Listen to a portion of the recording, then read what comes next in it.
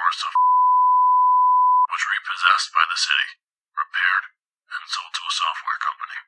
The tapes and files were thrown away and later stolen from the trash. Their current location remains unknown.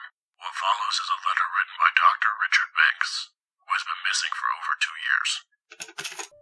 This is an apology. I've gotten 3 people killed already, and I'm certain that more will follow. I'm sorry for that. I really am. 10 goddamn years of paranormal research tossed in the garbage. Our big, revolutionary project up in flames. But I'm getting off topic. I should start from the beginning. We were fresh out of grad school and newly unemployed, quickly realizing that a PhD doesn't even get you a job teaching science to first graders. That's when my good friend James Weldon approached me with an idea. All 4 of us had been obsessed with the paranormal, but James had been really into it. He showed us this study out of Russia where the scientists were able to conjure what they referred as Ten Shelovek, the Shadow Man. Though we were naturally skeptical at first, all of us were intrigued by this research. The files went into explicit detail about how to conjure, contain, and study the Shadow Man that for the sake of public safety, I will not repeat here. By some miracle, we acquired what used to be an office building that was far enough away from the nearest town. We set up what passed for a lab and 3 weeks later began the ritual. We just about shit ourselves when the inky form appeared in the observation room. We actually did it.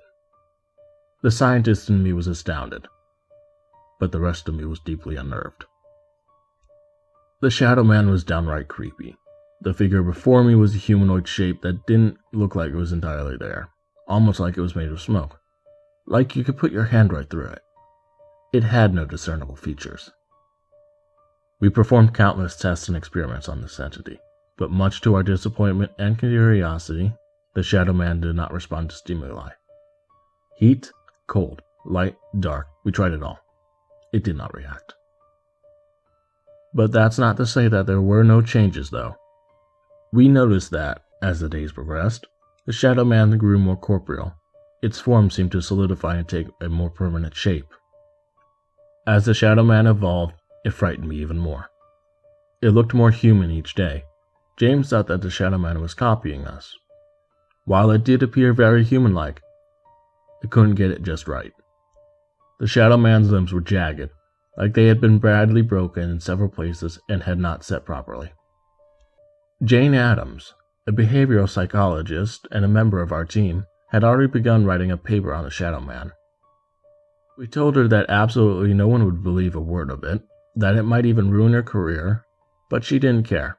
I guess we were all too blinded by how strange the situation was to think rationally. A couple days later, I was in the observation room by myself. I had stayed late that night, promising to close up when I left. I think the Shadow Man knew that I was alone. It approached the glass wall separating us and pressed its bony, mangled fingers against it. The lights went out. The power was still on as the computers were still running, but the lights turned off and would not come back on no matter what I tried. Though it sounded ridiculous, I thought the Shadow Man was smart. Now, it was impossible to see the creature in the darkness. And I think that's what it wanted. When I was turned around messing with the fuse box, the Shadow Man began to throw itself against the glass wall. Violently, these bangs rang out into the dark room, reverberating off the walls and through the air. I ran out of the building and didn't come back until noon the next day, when I was sure that the sun would be at its brightest. Aside from that night, the Shadow Man experiment was going pretty well until James called us into the lab at 3 a.m. He took me aside, leaving the others in the observation room.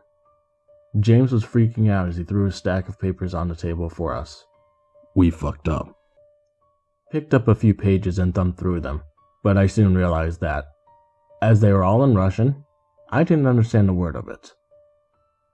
I asked him what was wrong and what all these papers were. He told me that they were the new publications from the scientists in Russia, the ones studying the Shadow Man. They're all dead now. The whole town just fucking vanished. He went on about how after 2 weeks of their experiment, just a few days longer than our own experiment had lasted. They started noticing changes in the Shadow Man. It was becoming malevolent. Then it disappeared. James explained that the papers in my hand were the latest publications of the scientists released by the Shadow Man, saying that on several occasions the creature tried to harm the scientists. The physical attack started small, with the Shadow Man clawing and scratching the research team, but quickly escalated into life-threatening incidents, even putting one of the scientists in the hospital. As if this wasn't scary enough, James continued, telling me that the Shadow Man got out of the Russian lab, which was certainly much better equipped than ours was. He rifled through the scattered pieces of paper on the table before pulling out an article from a Russian newspaper about 6 scientists found dead in an empty laboratory. They were ripped apart, an animal attack, the police officers believed. Now look at this. James handed me another article. Everyone in the town surrounding the lab has died in the same way.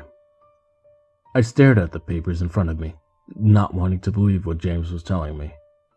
What have we done? Maybe we should have waited for the results of the Russian experiment before trying to replicate it. I knew that we had to leave. I planned on staying with family living 2 states away, but James said that we had to kill the Shadow Man. Reluctantly, I agreed, knowing that I wouldn't feel right about letting everyone in the city die. But I made James promise that if we couldn't kill this thing in 2 days, we would leave. He agreed, and with some persuasion, the others did too. Nothing could kill the Shadow Man. Not guns, knives, poison. We even tried spraying it with Raid. We just made it angrier. All of us decided to leave the lab next morning. We gathered all our data on the Shadow Man and left it on the table, knowing that whenever the building was sold, someone would find it and maybe even believe it.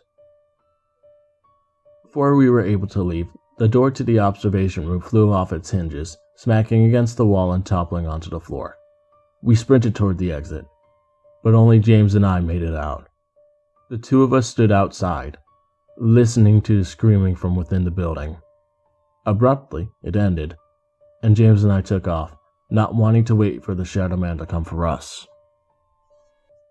We came back 2 days later, and we found what was left of Jane smeared on the floor and walls. Lisa Altman, the 4th member of our team, tried to escape the observation room via a 5th-story window.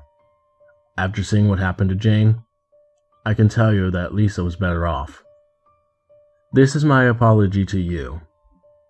The Shadow Man experiment was a mistake, and I fully admit that what we did was wrong, even if it's not going to change anything. I've been scouring the internet for days, and there has been no mention of the Shadow Man anywhere. Hopefully that means the Russians and us are the only ones who have been dumb enough to conjure it. James stopped returning my calls yesterday. The Shadow Man caught up with him. I know that I'm as good as dead. I leave you with this. Ever since the beginning, the Shadow Man gave me a weird vibe. I was always frightened of it. Please, follow your instincts and think twice before you get involved with things like this. If you do, just for a moment consider the consequences. Regrettably, Richard Banks. The first tape is from a camera mounted on the wall of what is assumed to be the observation room Dr. Banks describes in his letter. 4 people look into a room behind a wall of glass. The footage is low quality, but 5 candles, 3 of which are unlit, surrounding scattered pieces of scrap metal, are visible in the room. In the middle of the room, behind the glass wall, a figure appears. It is dark and inky and matches almost perfectly Dr. Banks' descriptions. The scientists are clearly excited as they begin to observe the entity, which remains completely still in the observation room. All of them frantically scratch down notes and snap photos. The second tape, released from police custody after investigation into the disappearances of the scientists, contains footage of what is believed to be the night the Shadow Man escaped. It appears to have been filmed by the same camera as the first tape. All 4 of the members of the research team are in the lab, cautiously watching the Shadow Man from behind the glass. Shadow Man seems to disappear for a moment, and then launches itself at the thick metal door, ripping it off its hinges. The door lands on the laboratory floor, 5 feet from the wall of the observation room, Richard Banks and James Weldon were out the room. Lisa Altman forces open a window and quickly jumps out of it.